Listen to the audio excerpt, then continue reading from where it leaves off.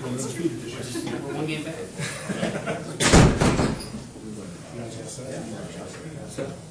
Yeah. Good evening. Thank you for coming and welcome to the Plymouth Community School Board of Trustees meeting for January 1st. April 1st. April 1st. You know, That's good. please join us in the Pledge of Allegiance. I pledge Allegiance to the flag of the United States of America and to the republic for which it stands, one nation, under God, indivisible, with liberty and justice for all.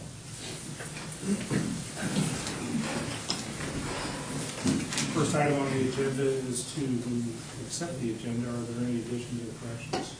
There are none. Hearing none, I'll entertain a motion to accept the agenda. So moved. Second. Motion second. All in favor, please indicate by saying aye. Aye. Opposed? Agenda is accepted.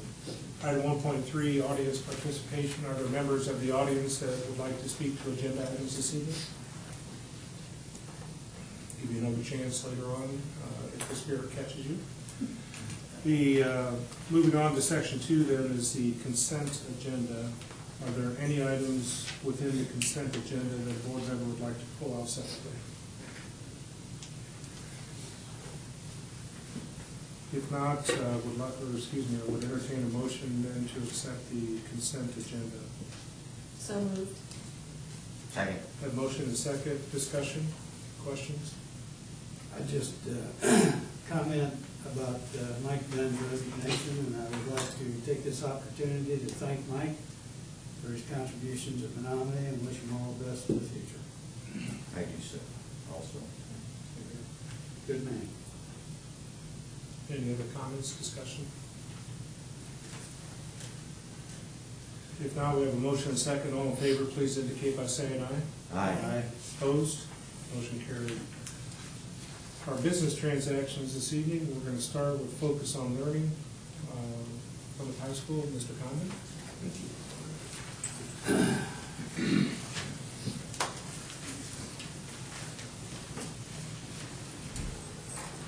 Nice cardinal red.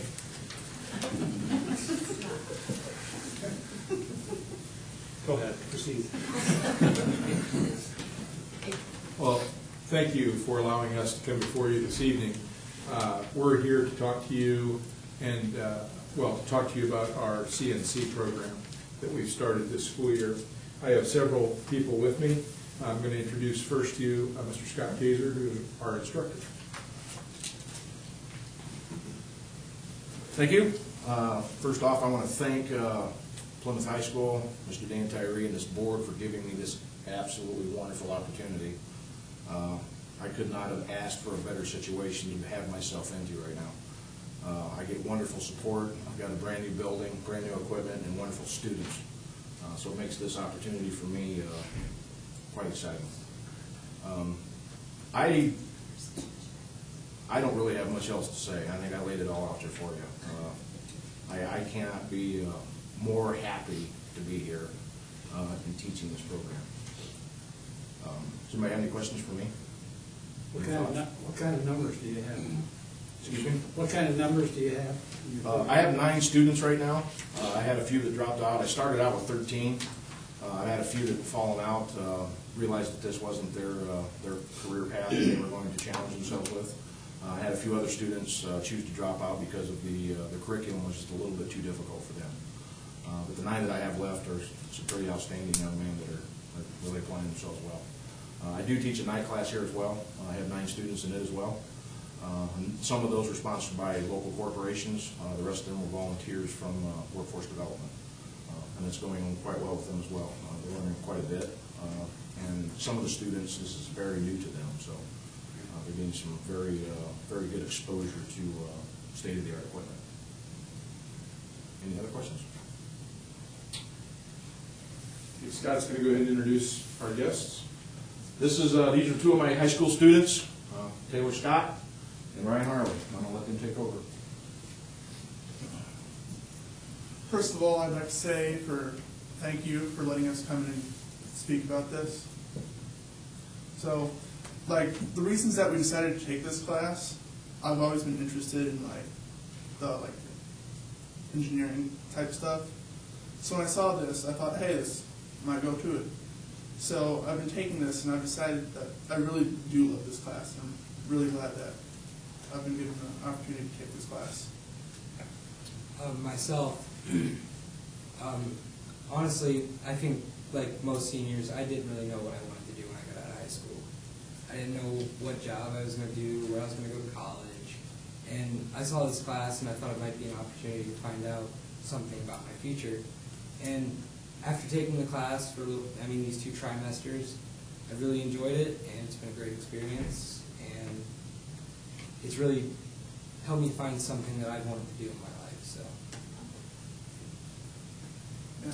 I speak behalf on like every student that's been taking it. This is something that we will like.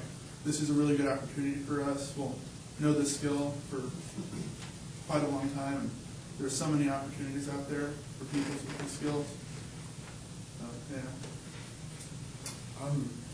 So far, we've been working on many projects. Everybody's at their own steps. You're kind of at your own devices. If you choose to work hard and put yourself to the grindstone every day, then you're going to get further than other students. And so you really see where people are at, and most of us are doing really well in the class. Well, those of us that are left are doing very well in the class. And it just wasn't meant for some people, but those of us that are left are doing very well, and we appreciate the opportunity to do this. So. You feel that you're going to be career ready to go right into the job market as soon as you get out of this program? It's definitely a good way to get our feet wet. A year of just any kind of shop experience, I feel is good. If you go up to an employer and say, I know how to read a blueprint, and I know how to, read calipers and mic sets, I feel like it gives us a better opportunity. So I think we have a video that we would like to show you, and then the students and Scott will open it up to questions as well. In just a few short years, you will be staring your 18th birthday right in the face. And with it will come some choices. Do I go to college and initiate my indebtedness with college loans? Or do I look for a great career that I can start right after high school and possibly still combine it with a 2-year college degree? Not sure? Then you need to look at the advanced manufacturing class offered by the Career and Technical program, now taking applications from students for the next school year. And with this class, you will receive 6 hours of credit from Ivy Tech State University. When you graduate from high school, you can finish your degree, work, or work and finish your degree. The possibilities are endless.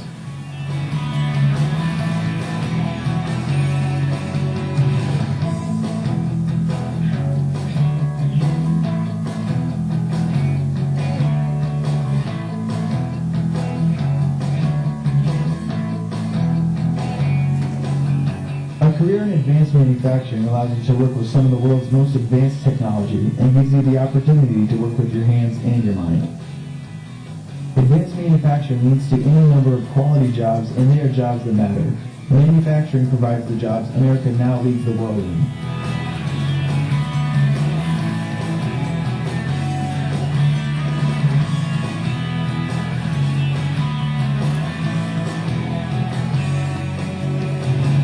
In advanced manufacturing, you will be on the cutting edge of jobs for the future.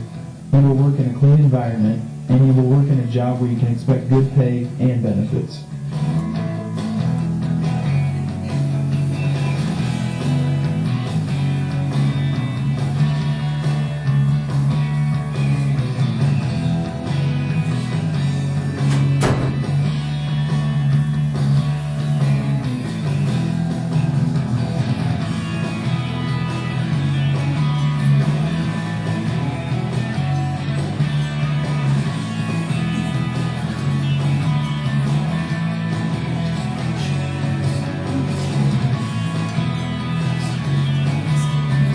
The advanced manufacturing class is taught at the Itanico Education Center across the parking lot from Plymouth High School. This dual credit Ivy Tech class gives you a head start in college or a job at one of Marshall County's advanced manufacturing centers.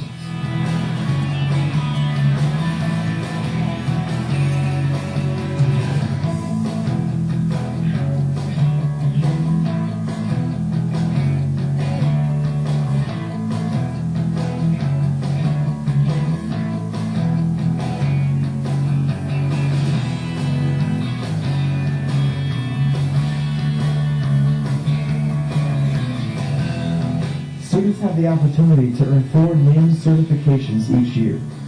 These certifications serve as benchmarks to your achievement in the class.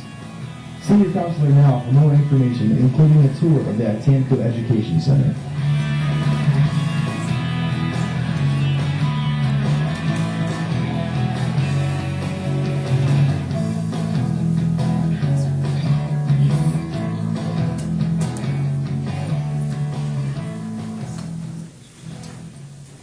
So, as we near conclusion of that, the purpose of this is to once again extend the partnerships between school and the workforce, and school and post-secondary education. Once again, this is another example of how Plymouth schools have done that.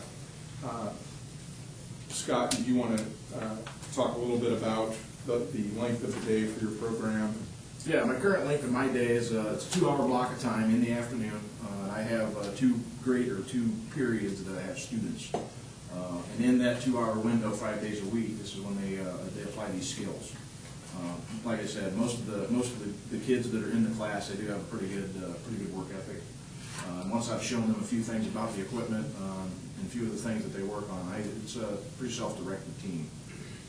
Again, at this level, they're pretty much taking care of themselves. Like I said, I provide myself there for any questions or answers, but I really, really want them to appreciate the ability to run that equipment. And again, having a state-of-the-art facility makes it pretty easy for them to learn.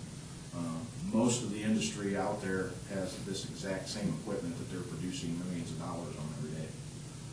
So it gives them a definite leg up in the workforce. Do you have questions for the students or for Scott?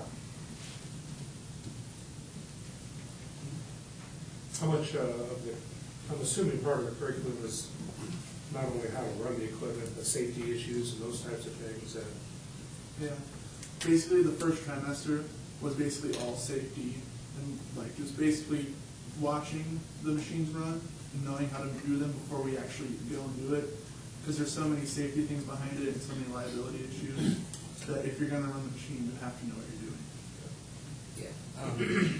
During the first part of our class, Mr. Kaiser definitely impressed safety upon us, and we were not, we were allowed on the shop floor, but you always went out with safety glasses, and you had to know the basics of each machine before you could actually run the machine. As a production supervisor for many years, that was one of the things that was really lagging in new employees, was the instillness of safety and working safe. So that was one of the things that I definitely wanted to send a very clear message to any student that takes my class, is that safety is going to be the driving force there. We do work with equipment that is dangerous and can be dangerous if utilized incorrectly, but I try to teach them the safest aspects possible. And again, I really push home safety glasses, because most of the eye injuries are what's happening on the work floor when you're talking about flying metals and that kind of incidents. And these guys can attest to that. I don't ride them to be too hard by it, but I definitely make it a very clear point that safety glasses are required at all times. I want to point out that Mr. Scott is the former Washington Wildcat. Besides the Ivy Tech credit, they also are working for industry certification. Could you talk a little bit about that? They're working towards what's called a NIM certification. That's basically the National Institute for Metalworking Skills. They create a program that has a skill set for a project they build. And then after that skill set is met, which is actually producing that part or that project, they take a written test, and it's a 2-part. Once they've completed the project and they've taken the written test, the NIMS classifies them or certifies them as a skill set met. And then they leave the actual class with a makeshift certificate that certifies them in the 4 skill levels of a first-year student. We're currently working on 2 of those, which are the first 2 that we're working on, and hopefully by the end of the year we can get the last 2 in. But again, with this curriculum that we're running and the amount of information that a student has to know going into it, it makes it pretty difficult to achieve all 4 in that first year. But if they do take the class the second year, it's easily obtainable to get all 8. Because again, they've got that foundation laid down, so when they take a second-year program, I don't have to reteach everything. Everything is already there for them to grasp and take all over. And who judges those projects for making sure they're accurate? What I have to do is I have to set up what's called a MedTech or MedTech committee. That's organizations that are on my board. Right now, I'm working with ITAMCO. I'm going to send those projects to them. They're going to inspect them free of me, so I have no input on it whatsoever. And they're going to tell me whether that part is inspect or out-inspect. And then when it comes back, it has to be acceptable or unacceptable. And when it is acceptable, then I can certify that paperwork to them, and then that qualifies them to take the written exam. Other questions? Thank you. Thank you. One last thing, the video was written and shot and produced by Senior Tom Felke, and we'll send it out to ITAMCO and up to Ivy Tech, and ITAMCO sent it to one of their company publications, and it's been published on a national manufacturing blog on how to recruit students for advanced manufacturing programs in high schools. So there's a lot of Plymouth High School involved in this. Thank you, Dan. Thank you. I'd just like to thank you guys for allowing us to speak on behalf of our class. So, thank you very much. Thank you. Great job.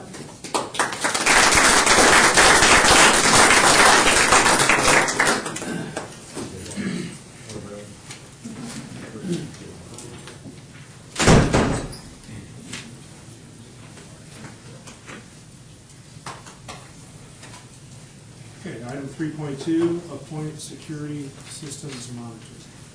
Yes, so as we near completion of the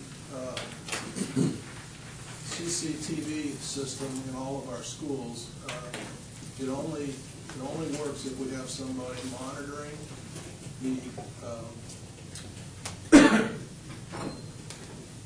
images that the cameras are broadcasting and then reacting to those images. So if, it could be as small as somebody going out a side door and blocking it open, or it could be as large as an intruder into a building.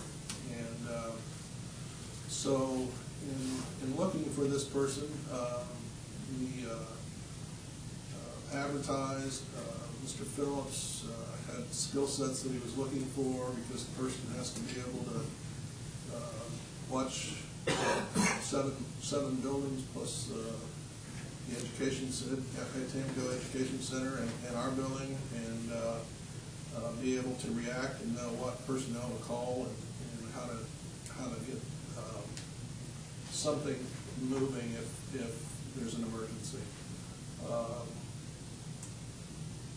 I think we had 18 applications we interviewed. Jim interviewed 6 by himself, and then there was a committee that interviewed 3.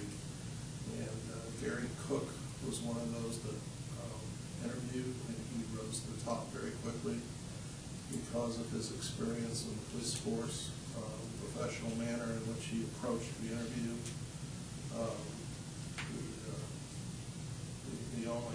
The only conflict was Gary is a member of our board, and we knew the outcome if we selected him and he chose the job. We didn't make that selection, and Gary chose the job.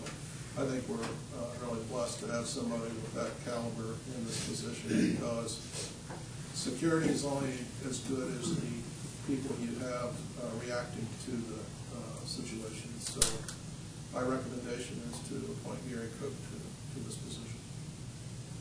I would so move. Second. Have motion and second. Discussion? Well, no doubt he's a good man, and he'll do a good job, but we're gonna miss him sitting on the other side of the table. It's a bit of an unusual circumstance, but I think you laid it out quite well in terms of the process.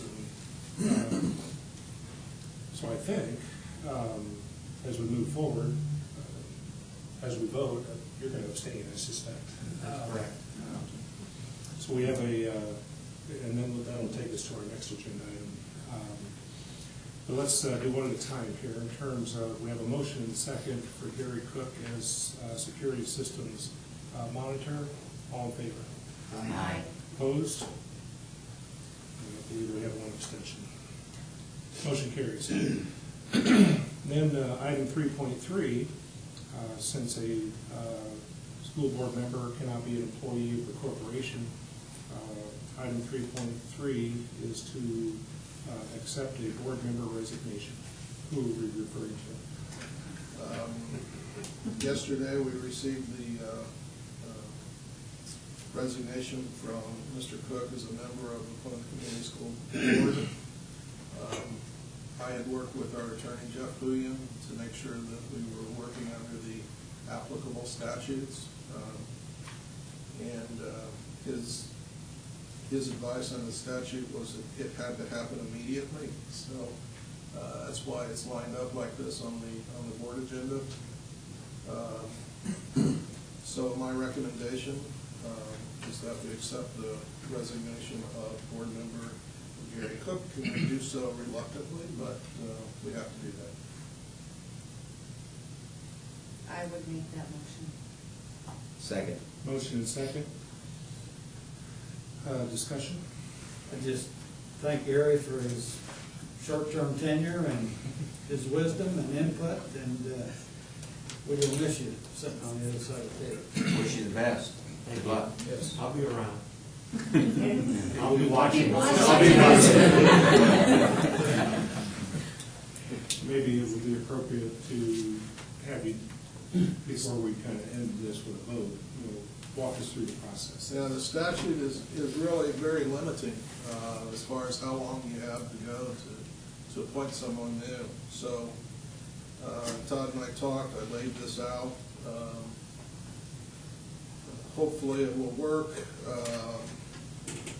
but what we would like to do is accept letters of interest from people in anybody in the city of Plymouth. Within the city limits, right? Within the city limits of Plymouth. And the reason, that's Gary's district. I mean, if there's questions. Through Wednesday, April the 16th. Letters should be addressed to Sandy Dodson at this address here in this building. On Thursday the 17th, candidates should be prepared to go through a short interview so the board members can ascertain their qualifications to be on the board. And then the statute that didn't list the qualifications, but the board will have some thoughts of their own on that.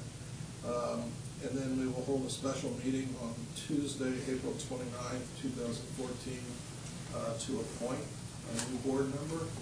All this will come in an email to you. The statute says if we don't have this done in 30 days, that the circuit court judge, who I asked today, and that's Kurt Palmer, he would make the appointment. Or if this board were to tie 2-2, or if there were 4 candidates, 1-1-1,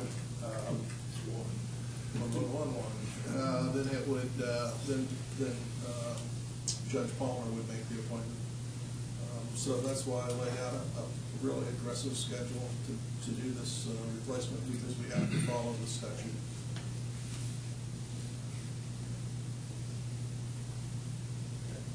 Any questions?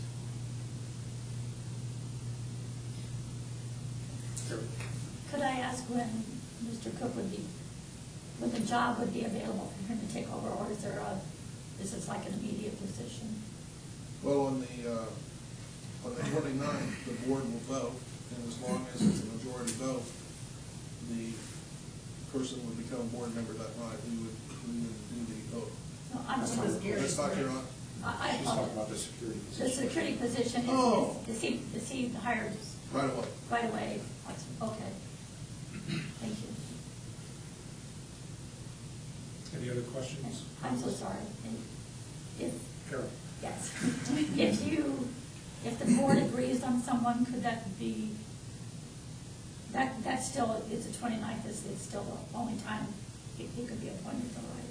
It has to be appointed within 30 days, so the 29th makes it, Makes it your time. Okay. yes. And then they would be given the oath that night, and on May 6th would be their first board meeting. Thank you.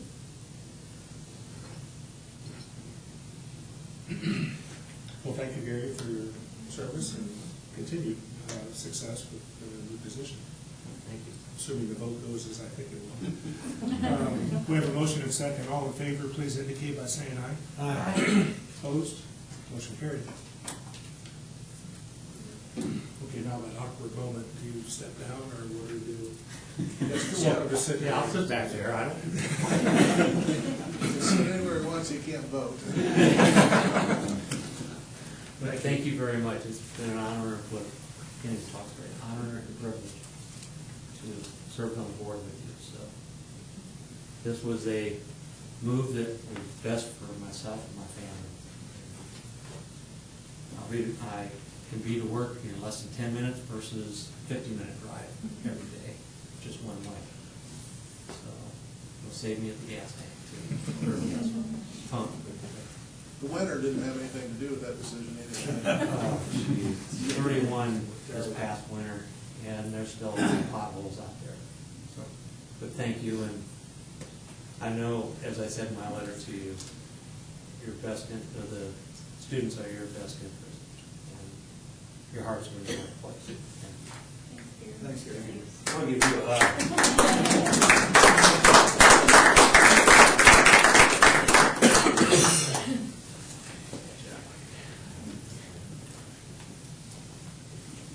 Speaking of the winter, item 3.4, consider, for the last time, I had a guarantee at our last meeting that fell through, but consider additional snowmaking day.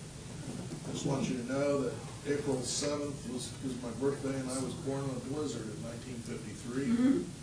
So keep your fingers crossed.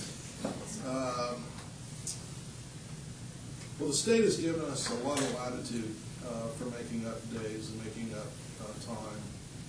And we would like to take advantage of that in this particular instance because of the start of summer school, because of the start of innovation or camp convention, a lot of things that start the week after we have the last day of school. So in working with Plymouth Education Association, we are recommending to the board that we add 10 minutes to at the end of each school day, starting April 7th for 36 days, and that would take care of the day we missed on March 12th, 2014. And we're going to make sure that we can do that, and I got an email back today about 10 minutes before this meeting started that would need approval with the Department of Education. The reason that we made that recommendation is we just felt that it was really important that we have consistency for the end of the school day.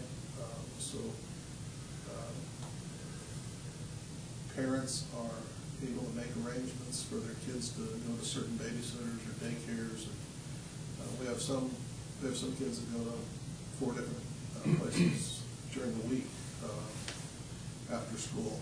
And so we wanted to be able to create that consistency. And that was really the rationale for our decision to make that recommendation to the board. You might also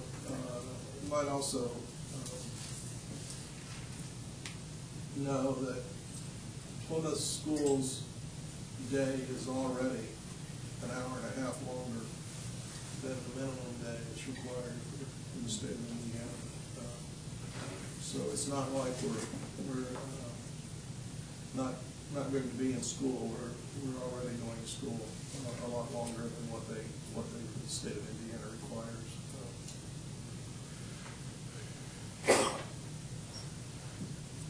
Well, I've heard the recommendation. Is there a motion? So, Second. Motion and second. Discussion. how will the 10 minutes be applied? Be applied at the end of the day. Is that how, as far as the schedule, is that all going to be on the last period, as far as high school, junior high, rotating? I told the principals today that they need to go back to their buildings and discuss how that's going to be done.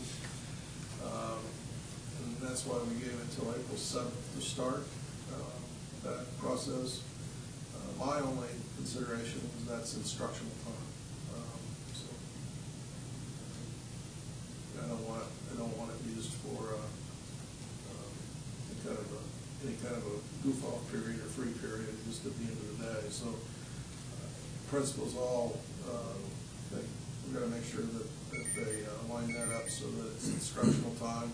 Probably at the high school and junior high, it'll rotate a little bit for the different periods. I would imagine the elementary will probably use the time to make sure they get their reading in. I don't have all the answers for that yet, but it'll be instructional time. Was there further options of earlier, some before the school day started, some at the end, or just all at the end was the option? We could have done some at the beginning and some at the end. Again, we thought that making it consistent would be the easiest for parents who are trying to get their kids to school and get to work and get them picked up at a certain time. That's our rationale.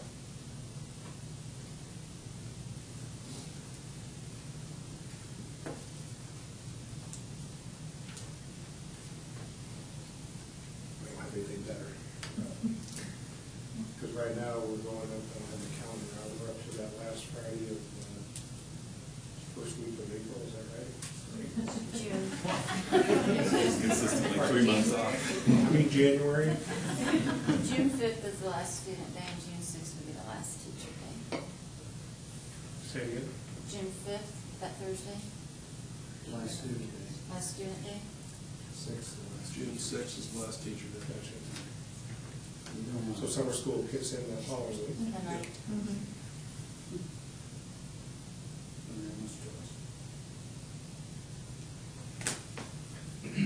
Any other discussion? We have a motion and second. All in favor, please indicate by saying aye. Aye. Any opposed? Thank you. And I know that there's been a lot of discussion. I mean, this not only impacts students and parents, but also faculty, so I appreciate all the work for communication with the teachers as well, and the administration. Thanks, everybody. Hopefully, this will be the last time. Any guarantees? No way. Item 3.5, consider alternative school contract with the Crossing. We are always looking for tools that we can arm ourselves with to help ensure that as many students graduate from high school as possible. This year, it just so happened that the principals at the high school and I were looking at the number of students who were leaving school. Some had passed the ECA in both English and math, but just decided that they needed to do something else. As you know, we have a fantastic alternative school, but even our alternative school isn't for every student.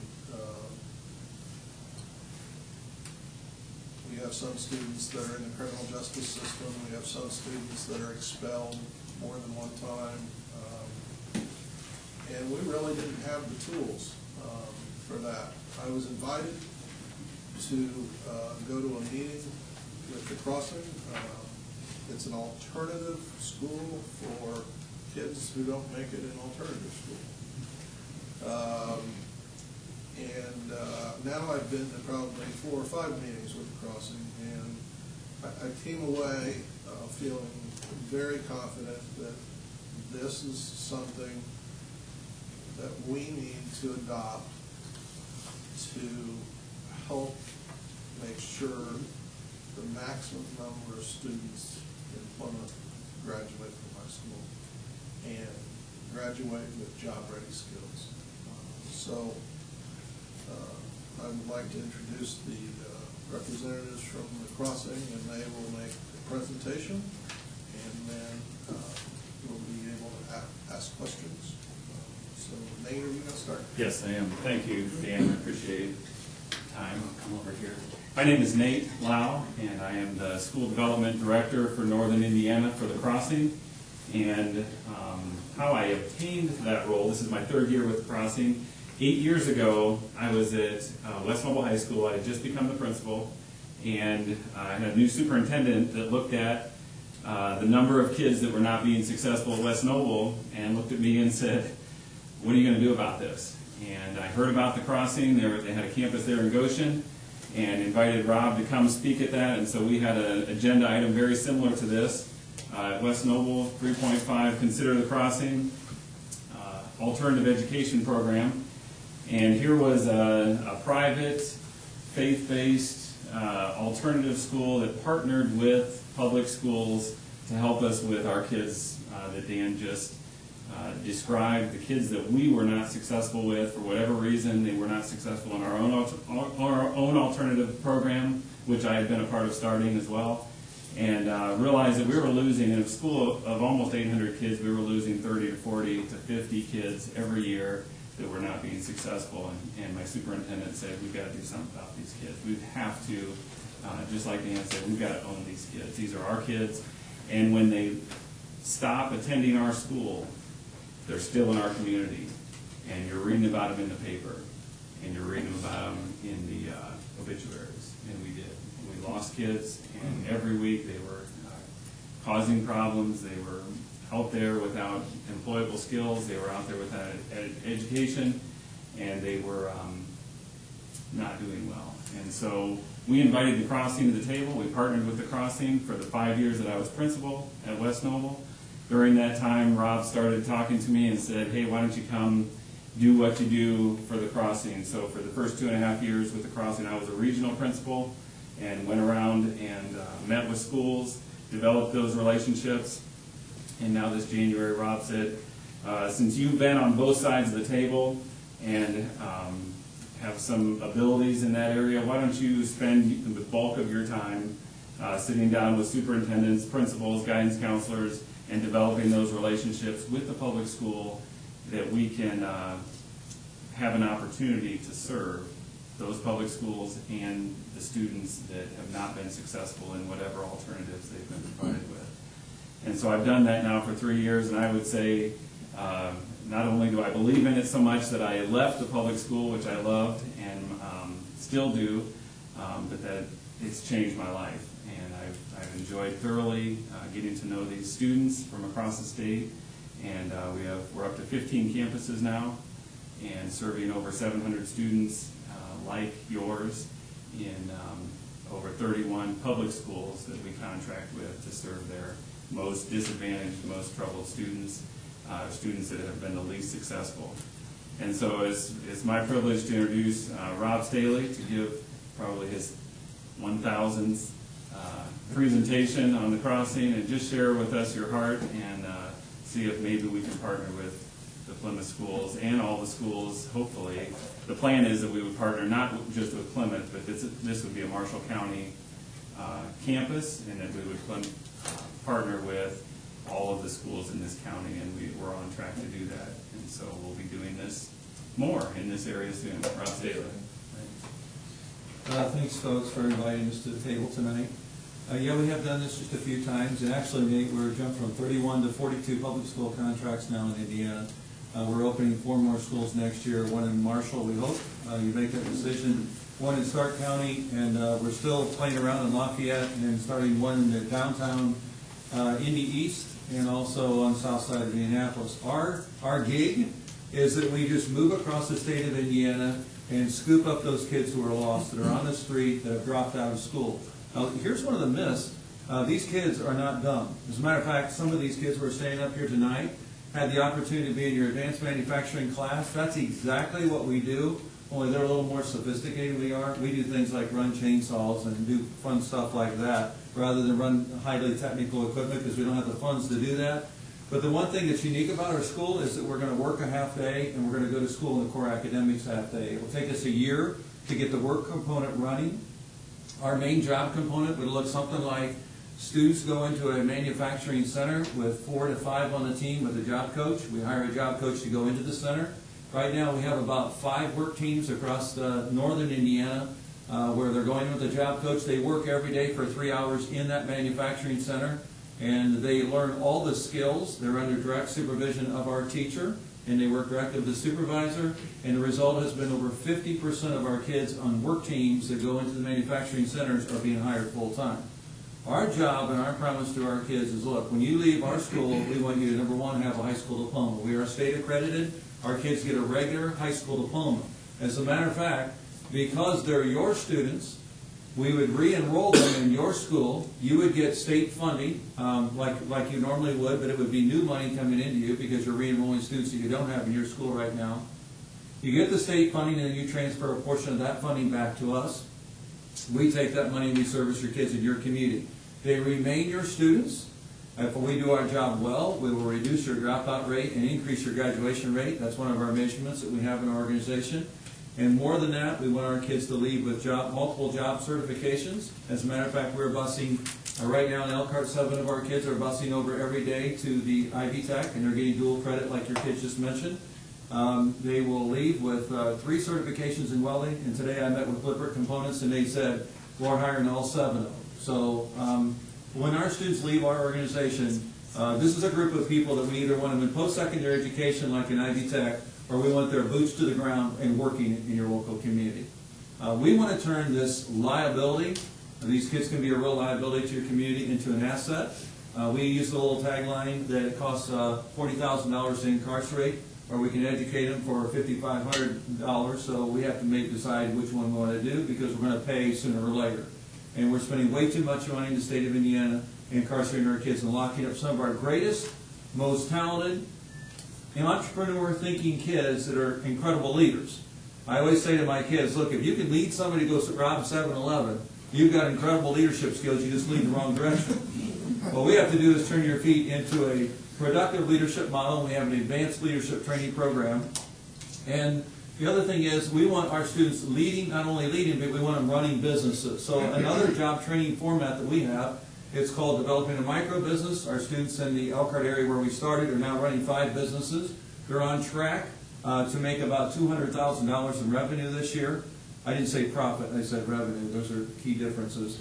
And they are running a woodworks program where they're running a full-scale tree service, contracted with the city of South Bend, city of Mishawaka, city of Elkhart, and now we're going to start working with the city of Goshen.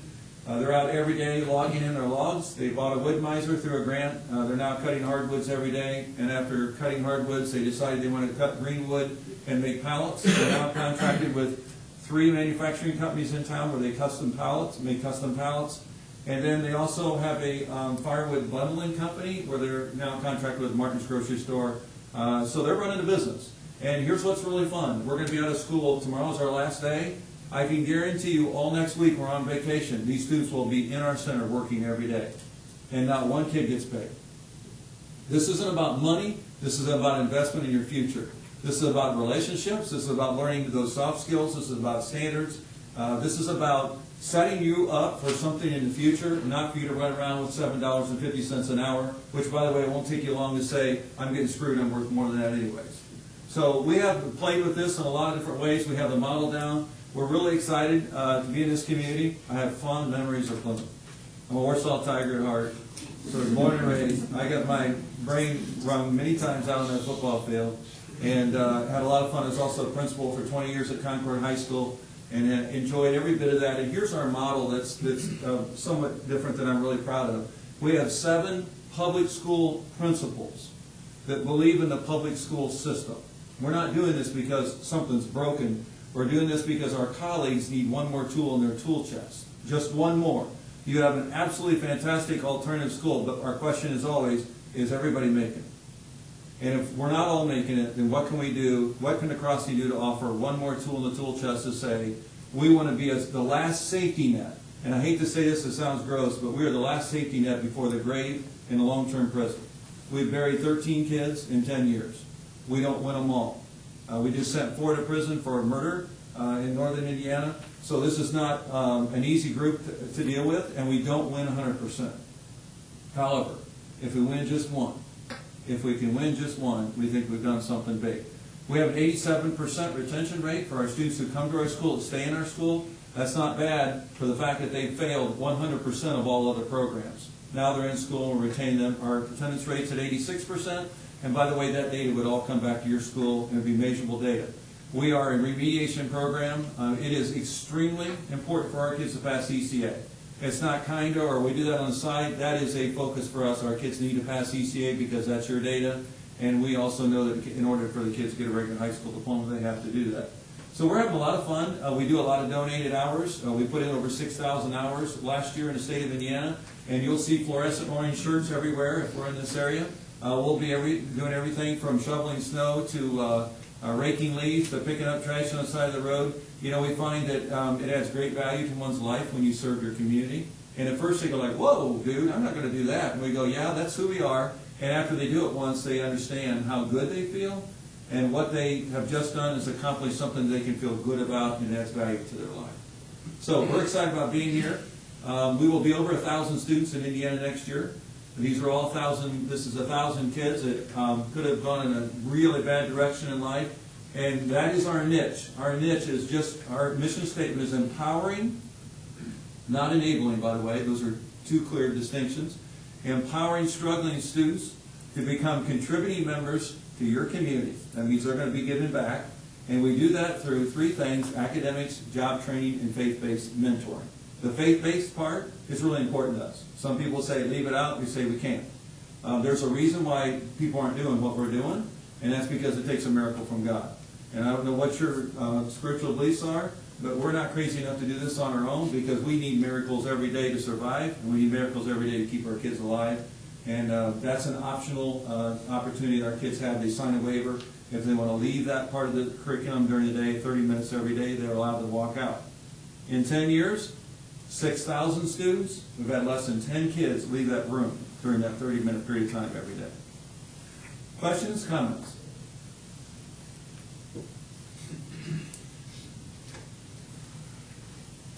I just comment, I am familiar with Mr. Staley, and also the crossing and the program. I think it's very positive. And I would certainly like to see it come to Plymouth and Marshall County. I must admit, I was with you until you mentioned Warsaw. Yeah, sorry. And if you can imagine, I was a principal at Concord, my family wouldn't even speak to me. So, I think in the beginning we talked about this really will be a Marshall County effort. Where are you at in discussions with the other schools? we have a commitment from other schools. What we have to do is we have to have a minimum of 35 in order to start a school in the community. And I think we've kind of talked about maybe 15, and your commitment here, and then we have, who are other schools, Nathan? We have Triton. I met with Ms. Donna Burrows today, and also Mitch Mayhorter over at LaVille, and Argus, Julie Lauk.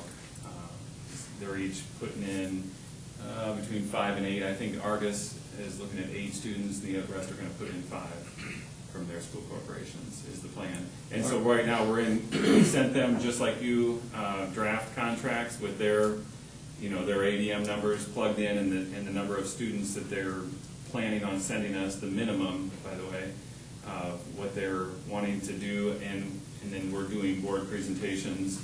They're putting it in front of their board members to finalize the agreements. So we're in the same place in the process with all those other schools. Asking questions out of ignorance here. Do it.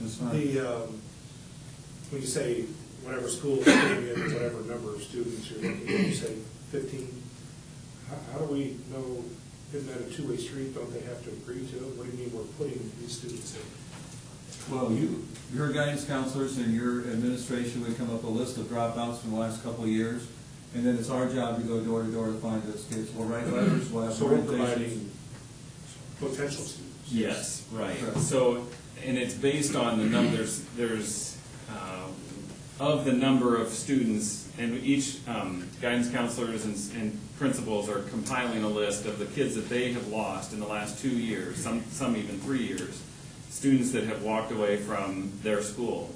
And depending on how big that list is, we would say of those, I think there's, I don't even want to quote a number, but in the 70s, I think, from this school corporation, they were saying, and we would say it's reasonable that we could get at least a third, sometimes even up to a half of those students that we would say, we would invite back to the table, and they would be at a place in life where they're saying, most of them, I can't get a job, I can't provide for maybe my own kids, I'm ready to do this again. And then there's some that have basically moved on, they've gotten a GED, you know, once we track them down and find out that they have done something, maybe they did some homeschooling. And so in, you know, a school like Triton, you know, they had 10 to 15 kids on that list. And so we're saying, and so they said realistically, maybe 5 of these we could commit to inviting back and that they would take this opportunity. We're totally convinced we'll have no trouble finding 15 kids in Plymouth, Indiana. As a matter of fact, what we would like for you to consider is if we come back with 20 or 25, would you enroll them? Because that's going to be the bigger problem. You're going to have more kids, the minimum is 15. We may be bringing back, and by the way, you have to approve any kid we enroll in your school. We don't enroll kids in our school without your approval. So the list is sent to you, and you check next to the ones that you're willing to approve, and then that applies your transfer of tuition for those students. And you're talking both male and female Correct. kids? Yes. Yeah, we're about 60% male and 40% female.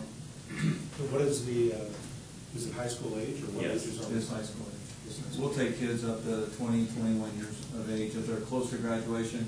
Now, if we have a kid that walks in the door and says, hey, I dropped out 2 years ago, I'm 20 years old and I have 5 credits, that's not a kid that we're probably going to recruit because we're looking at statistics for graduation.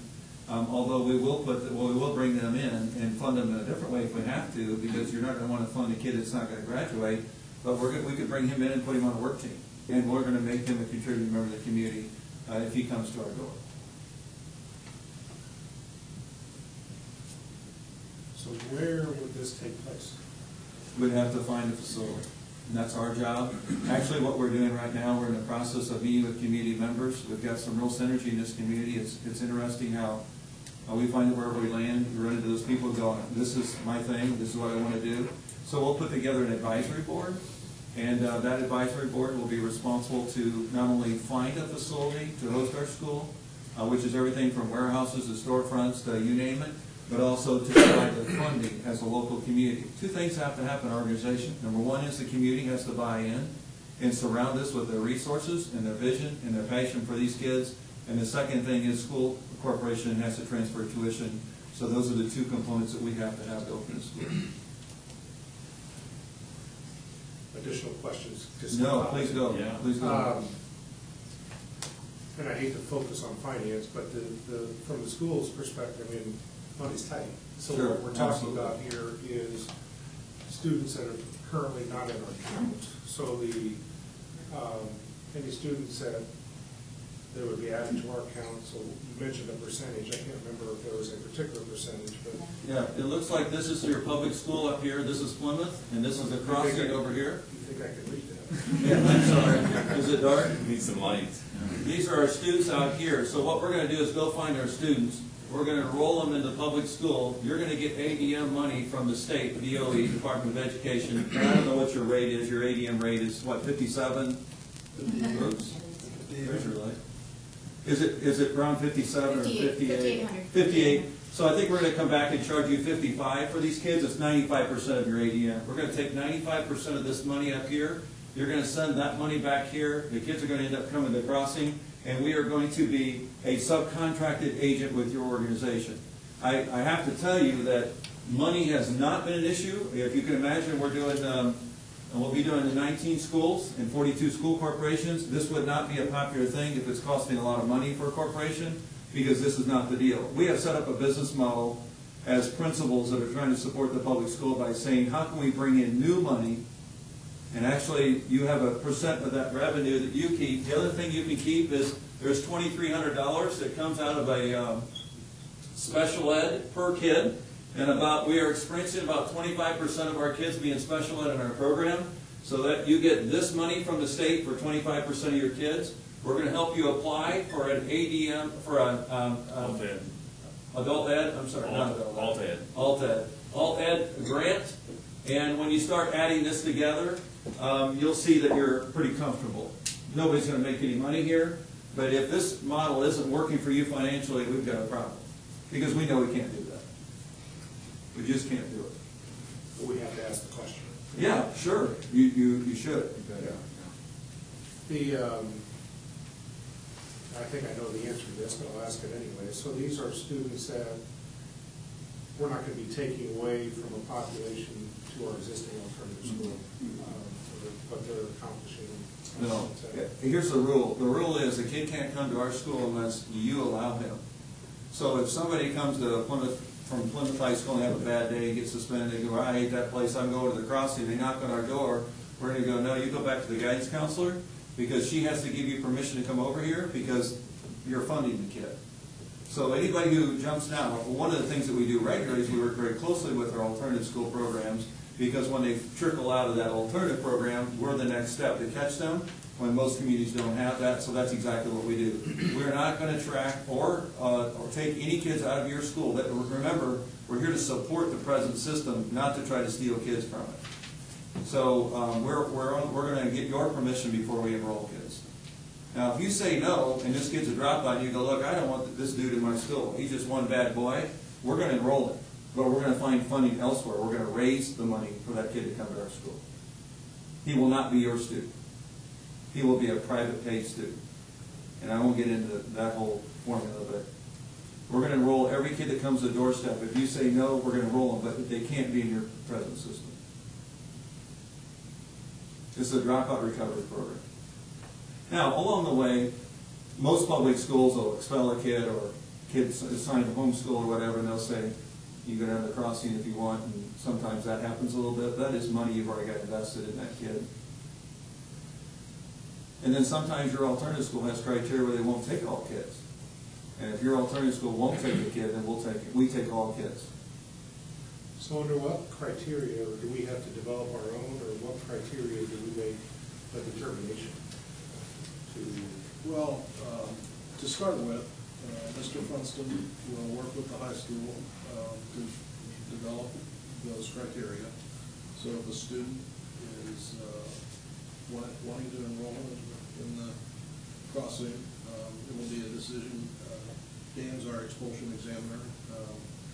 He has a pretty good handle on kids, and if we're going to be successful with them, or if we're not going to be successful with them, along with the high school counselor and principal, come up with a decision what's best for that child. But as we look at the numbers, we already have kids that are just leaving us every year. We believe will more than make up for that 15 that we're committing to, without looking at students that we would say we want you to go there because we think we failed you. But even this year, we've had some kids that we've expelled 2 times, and we just don't think we're going to make it, but we think they're pretty important. And we really don't know exactly what to do with them. And, after researching this program, I think this gives us a tool to deal with those kids. I'm not going to put our budget at risk. Yeah. The other thing I would add is that, remember, this is a seamless approach with your organization and ours, and we do not come in as a private school without a relationship with a public school. We don't start schools without, we are public school people. So what that means is that sometimes a kid comes to our school half day and may go to your career center if you choose. Some kids actually come to our school and play on the football team. If they meet IHSA guidelines, they're your kids. We're just a long hallway down the road, and some kids may even come to our school and go back to the home school or in a transition program. We try to move them back into your building so they can be successful, because that's what you can do, things we can't do, if you choose. That's all your choice. But a real success story for us is we get a kid off the street, he regains hope and purpose, catches up in credits. We send him back to Plymouth High School, and he's back enrolled, and he's doing great as a student in your building. That's a success model for us. And we'll be meeting with your guidance counselors, we'll meet with your principals, we'll sit down with your administration almost every week to give them feedback on every kid. Now, we will not win every kid. I don't want to mislead you here. We will lose some kids. They're not going to make it. We're going to come back to you and say, look, we have done everything, and this kid needs to take what we call a sabbatical, and he's going to be out of school for a while. However, if he wants to come back, we always re-enroll that kid, because sometimes it takes them 5 times. Sometimes it takes 5. We don't give up on kids. We will not give up on a kid. We never remove a kid from our school permanently. Part of my job will be to meet with those that are deciding that criteria, back to your question, and help them do that, since that's what I did on that side of the table. And now I know what works and what doesn't, and what other schools have done to determine what that criteria is. Each school determines with our help or support what struggling means. And for each school corporation, it looks a little different. And so we want to fit that niche for Plymouth. What is your bottom 5%? What's your struggling kid that you don't have a good program for? Let's help find that together. And I'd love to give input on what works and what doesn't when it comes to transportation, athletics, vocational programs, all these hybrid things. That's where I come in and sit down and we work out the system that works best for you. We're flexible enough we have a general model, and then we're flexible enough to work directly with whatever your needs are in all those areas. Don't always think of the troubled kid or the thug in town. Think of the other kids in this world that have never been in trouble in their life. We're evaluating who's in our building right now, why they're there. If you go and interview our kids, I think we're at about 50% of our students that say they're here because they're bullied. These are not kids that were in trouble. These are kids who couldn't stay in school anymore, and the drama was too much, and they just bailed out. And they will tell you that I'm here because I didn't get along, and I felt like I was bullied. So they come to our school. Can you imagine going to our school if you're feeling like you're bullied? But we create a family environment. They feel like they belong there.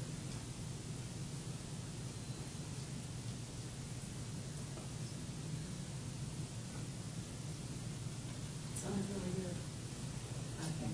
I think it fits in with our mission statement to do whatever it takes. Oh, I understand.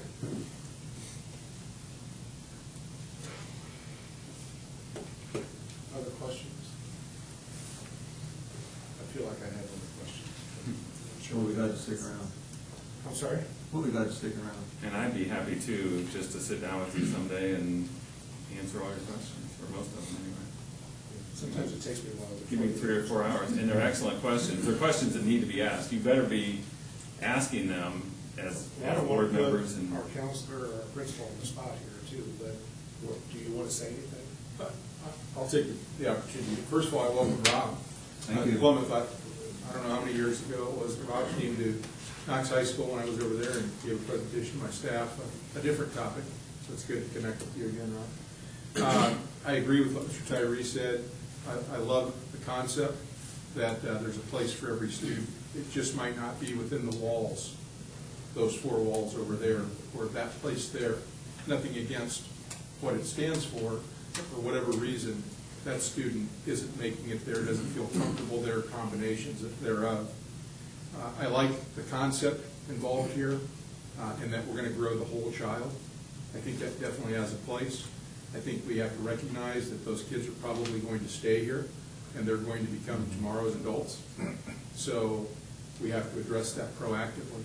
I do think it fits in beautifully with our mission statement, as Mrs. Christensen stated. I think it's a win-win. I think I could give you 15 names right now. I'm sorry? I think I could give you 15 names right now, so I see a lot of value to it.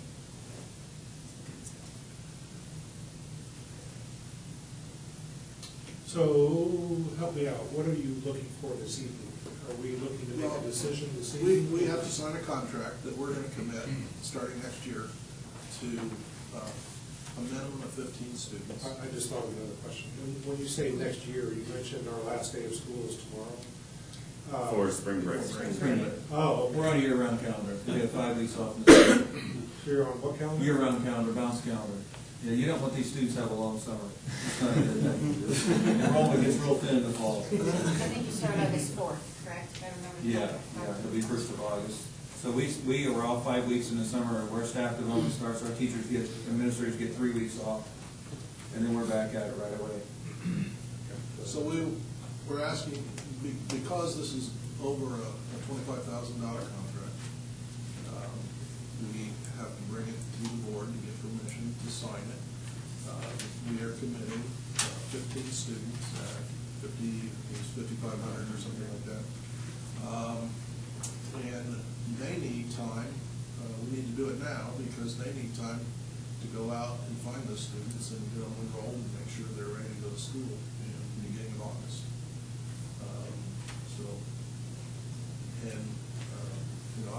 I believe we'll have more than 15, but I'm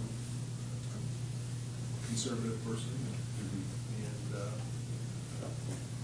didn't want to bet the bank to start with. Okay, now I'm trying to figure out the timing. So these would be, is the funding in arrears, or how does that work for you in terms of? So you want to make sure these kids are enrolled in your school by September the 15th, ADM date.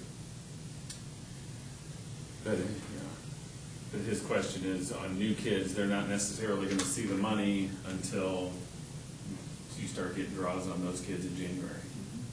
That's my question then. You know, the 2 count days is going to be a little different than it has been. But, so I want to make sure we're on the same page here in terms of how does the timing of the payments work? It starts in July. Does The payment starts in July. What do we pay 1/10? But we're not going to see funding of that until January. Do you receive your ADM funding come in January now? Last year it Yes. came in. I thought it was. School, on new kids, it begins in January. From count day, if there's new kids on count day, in the middle of September, they see the funding. I thought Unless you can predict Yes. in July an increase in enrollment. And you can begin getting funding. I could work with. Actually, they changed that date, didn't they? Yeah, they changed it. I have a chart. I have a Yeah, chart I can this give is you pretty that complicated. Melissa Umbra gave us. Yeah, I'm not sure this is great public No, discussion. this is pretty complicated. So, Started. Yeah, it just. the issue is called cash flow. And we understand. The issue is called cash flow. And it hasn't been a problem for people that are enrolling 15 kids, but when you start to enroll, like the Cal Eastern in 150 kids, that's a whole different story. So 15 is a minimum, right? I mean, in terms of what we're trying to accomplish. Yes. So again, I'm not trying to be a roadblock. I'm just trying No, to think. you're asking the right questions. Excellent. I can get you that chart that I was just at a meeting last week that Melissa gave us she's from Department of Finance. And she made it a lot clearer how it changes. And Jeff, have you seen the contract? I have. Help me out, or maybe Yes. one of you can answer it. ADM is always changing. So is that in terms of, it is what it is? The contract, I actually have the contract right here, and what it says is that the first payment in July will be $550 per student. The payments for August and September will be that amount for the first payment will be for 15 students, as projected. Like August. 15 slots. Right. Right. August and September will be that amount for the actual enrollment, and then after the count day, it will be based on the official count. Okay. So for example, if on September the 15th, you're collecting money with 25 new students that rolled in, your billing amount will be based on 25. If you're gonna receive 25, the funding for 25 will bill you for 25. But your baseline is always 15. If you go to 14 or 13, we've gotta get out there and kick the bucket, because we wanna get you at 15 as a minimum. And working with your school resource and your probation department and your local judge and all those people in your local churches, we rally the whole community. They come out of the woodwork.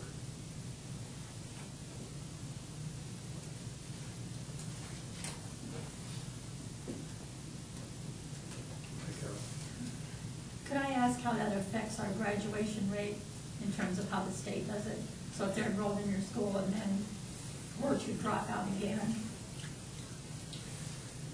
I need an expert on graduation rate, but I think it already affects us. So think of these students as lost students. They're already out the door. They are already a ding against our eventual graduation rate of that class as they progress through and walk across the stage. Though they might not finish in time with their class, they won't. If they are successful and get that diploma, they will be added back into a subsequent cohort, the cohort that graduates that year. So it'll be a ding initially, but it'll be a benefit for a subsequent class. Actually receive a bonus point.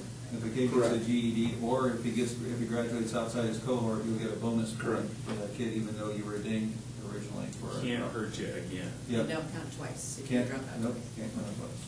And if So they're when out you of say their, it's a ding initially. When they So left. a dropout counts against our graduation. Right, we have that anyway. So if they, Right. Correct. So it's not another ding. No, Right. and do it twice. You don't count against We this need a twice. different, we need a different word. You know, it really gets down to a moral obligation of a community, really to see if you can give it one more shot for these kids, and that's all we are. A company that passes through just says, can we help your school community, give it one more shot for these kids? Oh, I don't question that. I'm just, we also have an obligation to understand what we're approving. Absolutely. So that's a Good question. For considering, I should assume anything. I would move that we accept the contract with Carlson. Second.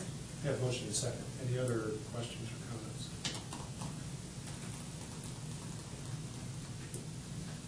All in favor? Aye. Opposed? Thank you all very much. Now, if we get our contracts from other schools, we'll be back. If we don't, we probably won't be able to make a run at it this year. We'll have to wait. We'll get it. When will we know that? Next meeting? All of their initial board meetings are in April. So within, I would say by the end of this month, we should know. At this point, we don't anticipate, we really have verbal. We're seeing green lights everywhere we go in this county. Thank you. Thank Good you. question. Thank you very much.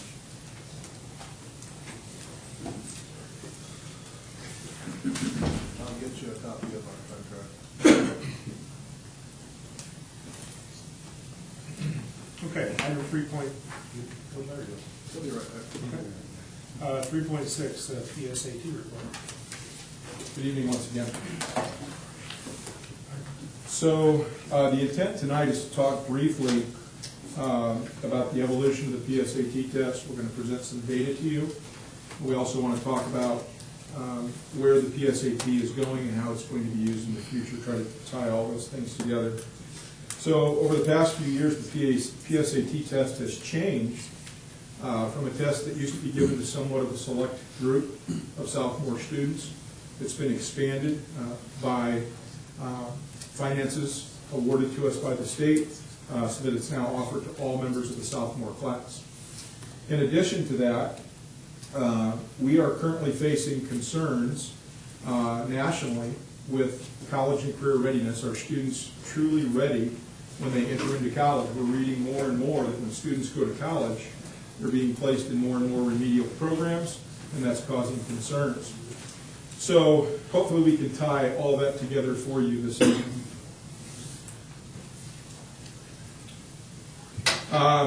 Before I get to that slide, you're fine right there, Bruce. PSAT data internally is used for two issues. One, it measures the performance of our sophomores, which is the state average, as well as the national average. Two, we use it to analyze our curriculum that's in place and make adjustments in our instruction. Stay right there, Bruce. The PSAT test, as we know it, assesses student performance in three areas. The first that I want to talk about is critical reading. So if you take a look at that bar chart, what you'll look at is data from 2 years, 2012-13 and 2013-14. Keep in mind this is our sophomores, current sophomores.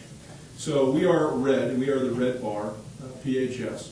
On that first slide, what that reflects is that PHS students scored slightly below the state and national averages in successive years. The average score for our students, the state and the nation, also decreased slightly when compared to last year. Next slide. Mathematics is the second area that I want to talk to you about. And what that slide reflects is that PHS students again scored below the state national averages for a second consecutive year.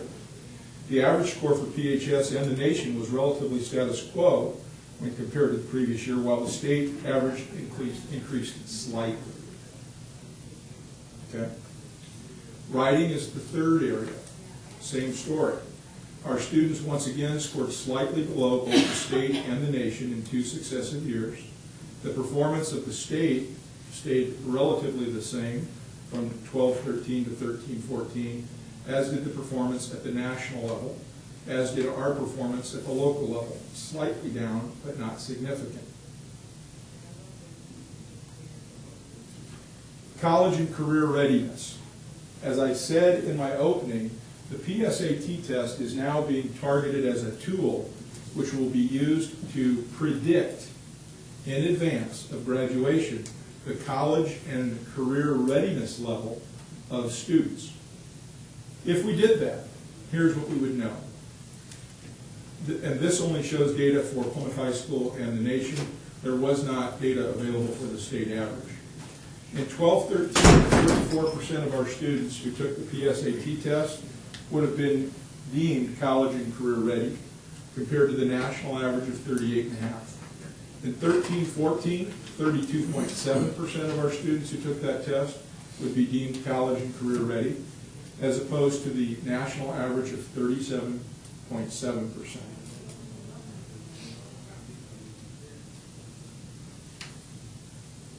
How will we improve our performance? We're looking at a couple different things here. We have an expanded amount of data from the PSAT test that is really good to work with. And we've given that to our English and math teachers and asked them to dive in. They've completed a data analysis. There's still some work being done in English. For the most part, they're done.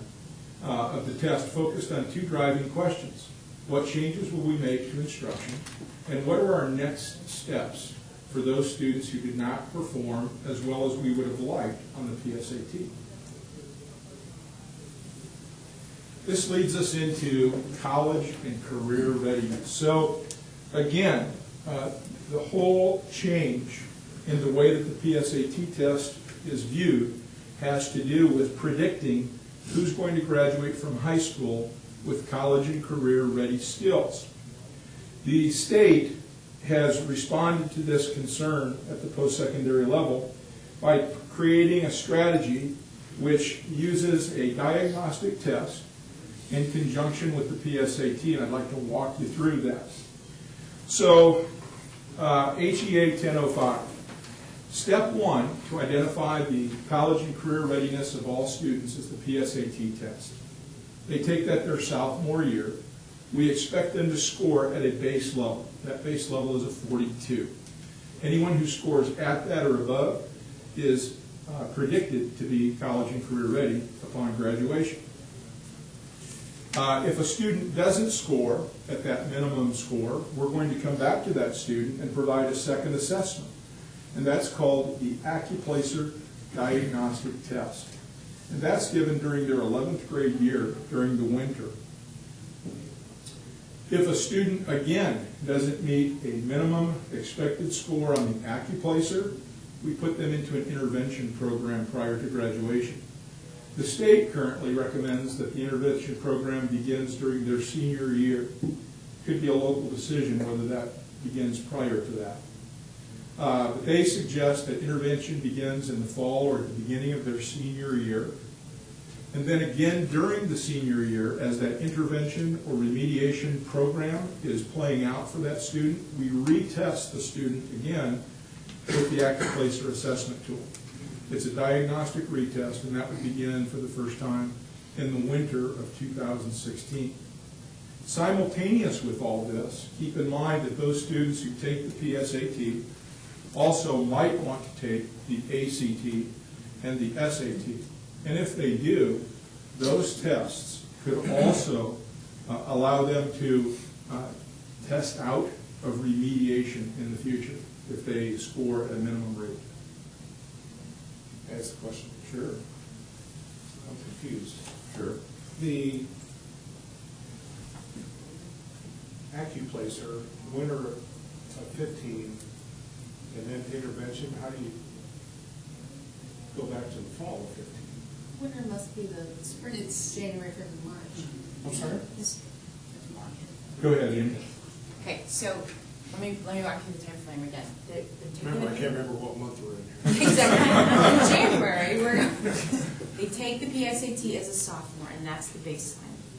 They can take it again their junior year if they so choose. Okay, so in their junior year, then, once we've gone through all of that, then I have to assess whether they have reached that mark, which is a 46 as juniors, okay? So if they, once we look to see who qualified to take acupuncture diagnostic based on PSAT scores, then I could also look at SAT scores and ACT scores and acuplacer placement scores for those who are taking IV Tech classes. And then I could get rid of some of the kids because they met it that way. So we just completed our first round of acupuncture diagnostic testing with those kids who still needed to do so. That's winter of 2015. Then we will look at see who qualified, who scored proficient on the diagnostic test, and we'll see who needs the intervention. That actually should be followed. That will be next fall, the beginning of their senior year. Once we put them through that remediation, then we will give them their acuplacer diagnostic test again in the winter of their senior year. I was just getting confused by the terminology. So the winter we're talking about, actually the end of the winter of 14. In my mind. Who knows when that ends, but we're talking, right? Except we just gave it to them, so that's why we use it. I gave it to them the week before spring break. That was the first time we did it. So what I want you to take from this is the PSAT test is being used differently than it has in the past. It now is being used as a predictor for college and career readiness. If students don't score at a minimum performance level on that, then there are additional assessments. Do I take your comment earlier, Jim, to suggest or maybe contemplate that intervention for senior, just during the senior year may or may not be adequate? No, that's what the state, that's the model the state has distributed. I struggle with it. That's near the end of the game. So what we're doing there is trying to prevent those kids who have to take remediation classes when they get to the post-secondary level. We do remediation classes when they don't do well in ECAs. That's to prove that they can do what we need them to do with us. This is supposed to be the next step for those kids who are given those remediation courses and bump up those skills before they would get to their post-secondary, where they might have to take remediation courses. Statistics show that if they get there and have to take remediation courses, more likely to not finish there. So the idea behind it is that we'll identify that and help remediate before they leave us. And I also have representatives from the instructional team with me. I have Ryan Rust, our math chair, Josh Martin, our language arts chair, and they've led the data disaggregation through their efforts. Jim, do the kids take a serious approach to PSAT? I think they're going to take a more serious approach in the future because for the first time the test has true meaning. In the past, the PSAT test was used by some students as an opportunity to apply for a national merit scholarship. It was used as a practice assessment for upcoming SAT. But I don't know that all students took it seriously in the past. I think they'll take it more seriously now when we show them this, as we have done, and say, look, we want to avoid going through unnecessary intervention because you just decided to bag it on that particular day, put forth your best effort. What's the criteria for taking the SAT? Anybody want to take it, they can take it. Sophomore in high school. Okay, everybody takes it. Juniors self-selected. We encourage them as juniors to take it, but they sign up to take it. So once they take it, how often can they retake it? PSAT is given once a year. It's a national standardized test. So it's always in October. So that's not one that I have a window. If they miss it, I can't chase them and make them take it. They're there or they're not. This is another example of how the state has schools jumping through hoops. Our kids are doing a great job on the end-of-course assessments and proving that they can score where they need to be a graduate.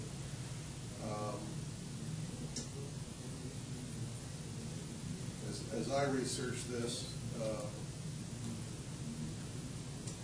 where this came from was a few years ago when schools were really getting blistered by the politicians. They started, Governor Daniels started blistering the colleges too, because Purdue and Ball State, and Indiana State, and IU were all 50% or below graduation rate. And the universities fired back. It's not our fault. It's schools that aren't preparing kids. And so we now have a series of tests and remediation to show that the universities had nothing to do with their poor graduation rate. I don't mean to be cynical, but if you look at the time that we're tying up with this,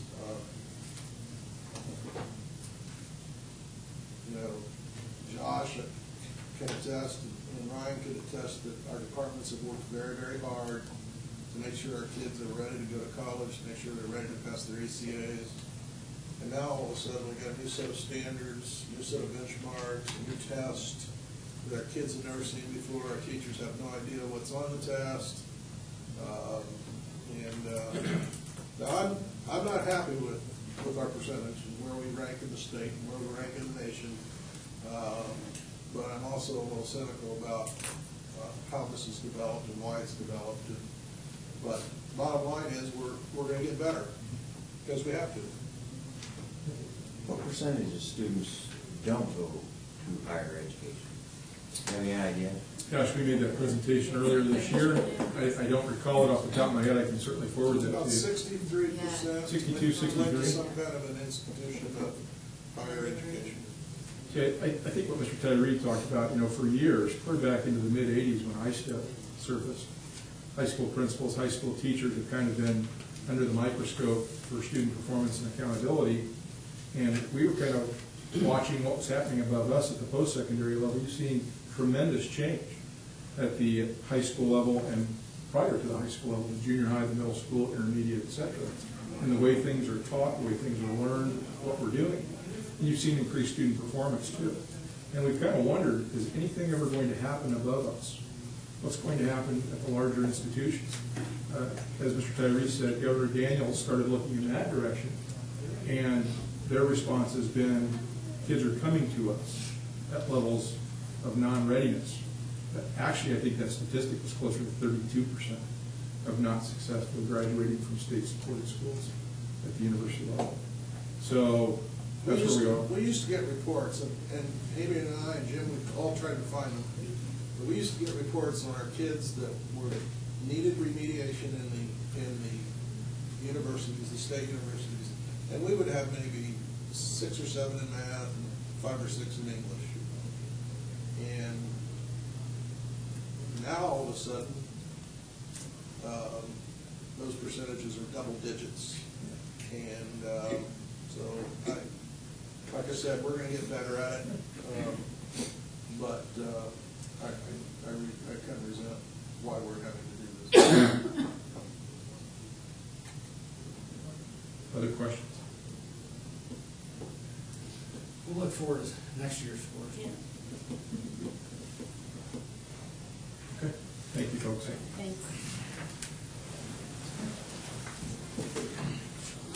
Thanks for coming, Ryan. Thanks for coming.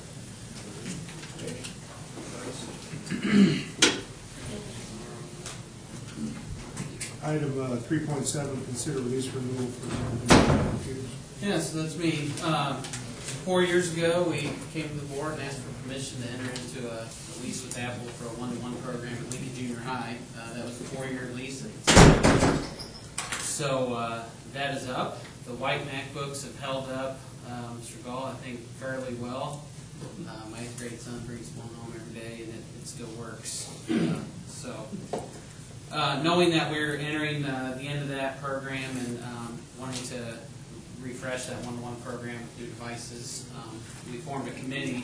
We included high school staff as well because we knew that whatever decision is rendered at the junior high will probably, for continuity purposes, take place at the high school next year when their lease is up. So we included some high school teachers in gym. The process we went through as a committee, we talked about what do we want out of an electronic device for kids. We didn't want to just say we're going to keep going with Apple. We wanted to kind of evaluate what kind of tasks we want our kids doing. So we developed a rubric, which we have there in board docs. We made site visits. We considered iPads. So we made a site visit to Center Grove High School, which has an iPad program. And it's a nationally recognized iPad program there. From there, we went to Warren Township and visited Chromebooks, which is a new kind of device that Google has created. And they have given Chromebooks basically to all middle school and high school kids in that district. So after that, the committee went through the rubric, met, made a unanimous decision that they wanted to continue with MacBooks. So Bruce obtained pricing. Their Apple machines, Apple has the lowest price for their own machines, and which you can see there. From there, Candy sought basically interest rates for that lease. Apple's for a 4-year lease was 1.49%, and American Capital was 1.40. Basically, for an annual advance, for the annual payment, that's a difference of about $400. If you look at the chart, our previous lease payment for the machines at Lincoln was $146,000. The new lease payment will actually be less. It'll be $141,940. The machines will be MacBook Airs, 11-inch MacBook Airs that the kids would get. The reason we're going to save money is that we have an Apple certified tech on staff, and when we initially did this program at Lincoln, we got a full warranty because we didn't have a certified tech on staff, so we saved money by having that tech on staff. So tonight, we would ask permission to purchase those machines and enter into a lease agreement with Apple for those. And then we would also ask for the board to give us permission to sell the white ones, which should help offset the cost as well of the new ones. So, Sell the white ones to whom? well, we would basically solicit bids from people. We've already done some work, Bruce, ahead of time, and contacted some resellers just to see what kind of money they're paying for these machines right now. And for a good white one, it's about $270 a machine that they're purchasing. Okay. So that would be the process. We basically would create specs and say, here's what we have, and we would ask for a per unit price for what they would give us for those machines once they have examined them. We won't be able to do that until scope over. So I don't know, Brian, if you want, sorry, I forgot to introduce Brian. Brian's been sitting here for a long time. Joe Lee, you guys have met and has been here, used to be our Apple rep, and he's moved on to bigger and better things within Apple still. And Brian is our new salesman with Apple, lives in Valparaiso, and so skipped a class to be with us tonight, so in case any of you have any questions.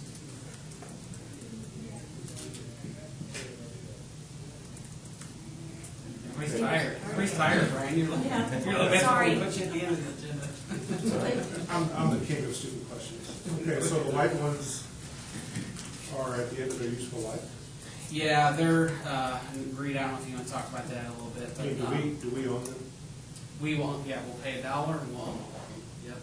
So it's not realistic that, okay, we own these, let's use them for another year before we enter into another lease. Yeah, we've tossed that idea around. We're basically salvaging things. Bruce can talk about that a little bit too, but we're kind of piecemealing just to keep it running for the end of the year here. So the processor's on, I'm not even sure we can update the operating system on those anymore. Yeah, we originally leased 580 machines. So what we'll probably end up doing is at the end of the school year, when we have a chance to go through them, taking maybe 50 of the good units or making 50 good units out of pieces and parts and using those to offset. I know we've got some bigger classes coming through at the lower level, so we'll keep some of them. We're not going to get rid of all of them. We've got a big demand for power adapters right now, and those are pretty expensive to buy, so our intention is we'll keep some of the power adapters at Lincoln instead of getting rid of those. So we're going to take advantage of what we have, what we own, to offset some of our repair costs too. Who all was on your committee? We had 14 people, had 3 high school teachers, 2 junior high teachers, had our instructional coaches, Bruce, myself, Jen, Reed. Yep, This was their recommendation. unanimous, absolutely. I would so move. Second. We have a motion and a second. Any further discussion?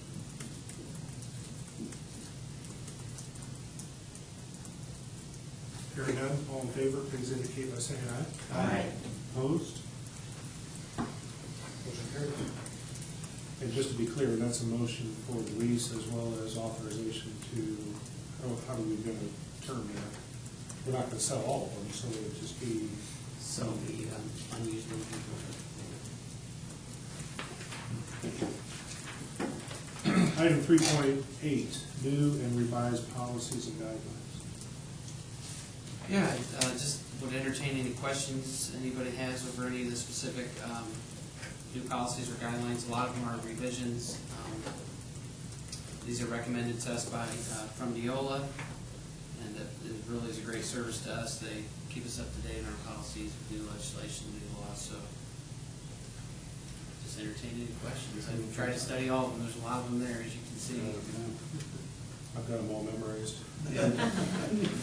Entertain a motion. Sandy gave me a summary of all of them.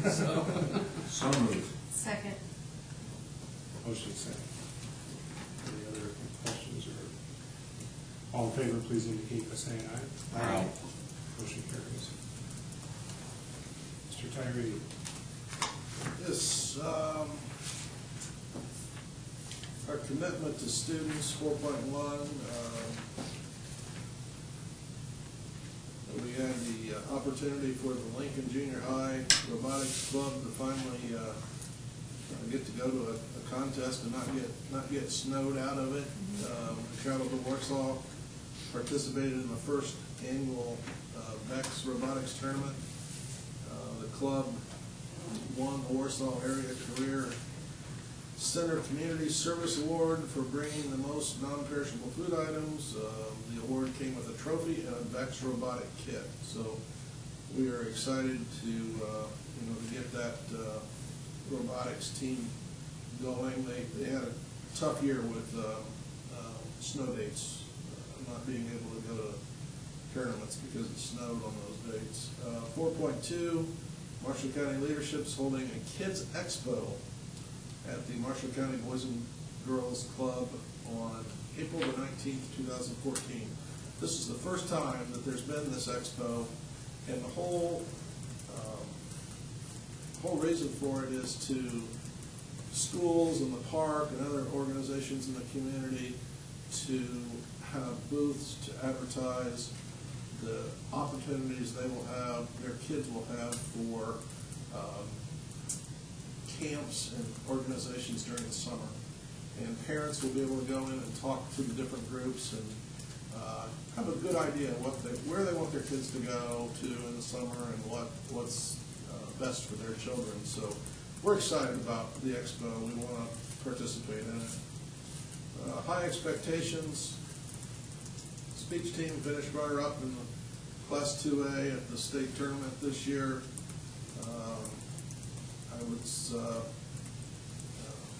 My wife told me I had to go with her, so I was there, and it was nice to be there as an observer.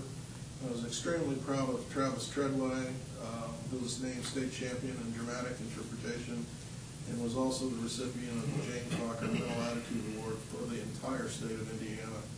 And also Travis just got his acceptance to Notre Dame. So he's a fine young man. Team player, the winner drumline, competed in the Indiana Percussion Association state prelims, and state finals. At Avon High School, PHS was named the state runner-up and silver medalist. This is the 4th consecutive year that the drumline has advanced to the state finals competition, but this is the highest placing the team has ever received. Congratulations to all the students and staff on another exceptional season. Integrity. Plymouth Community School Corporation has always attempted to be a philanthropic organization, teach their students that giving back is very important. This year would be another example of that with our state St. Patty's Day Boo Dash held on March 15th, 2014. This year's dash was a benefit for Riley's Children's Hospital and their Dance Marathon project. The match of Indiana Bone Marrow Organization and the Marcelian Boo Arbuckle. Boo is a kindergartner at Webster who is currently fighting a rare and aggressive soft tissue tumor called Desmond fibrotitis. That probably murdered that. And finally, 4.6 enjoyment. A couple of things. PHS student Emma Labersky became the first repeat Poetry Out Loud state champion in the 8-year history of the event. 18 students competed from all over Indiana. Emma will now represent Indiana and compete at the national level in Washington, D.C. in late April. Also at the IHS CGA, the Indiana High School Color Guard Association State Finals, PHS senior Kristen Gergley was awarded a $1,300 academic scholarship from the Color Guard Association. Kristen is one of 8 Indiana students picked for the scholarship out of the thousands who applied. She's the first Plymouth student to win this award. Just a reminder, we will be advertising the board vacancy tomorrow in the local media. Letters of interest are due here in this office addressed to Sandra Dodson by Wednesday, April the 16th. Those who are interested should be prepared to come to an interview the next night on Thursday, April 17th. We will help set that up. And then the board on Tuesday, April 29th, will meet in a special session to vote on the replacement board member for Gary Cook's resignation. One other thing here, the top 2 choices for curriculum material will be available for the public to view from April 14th, 2014 through April 25th, 2014. The final recommendation for the board approval will be on May 6, 2014. That would be for Spanish and literature. Okay. And then our next regular board meeting is Tuesday, May 6, 2014 at 7 o'clock. And that's all I have. Any questions?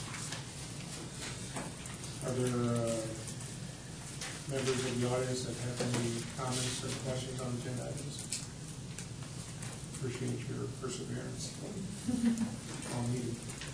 A motion to adjourn. So moved. Second. All in favor? Aye. Thank you.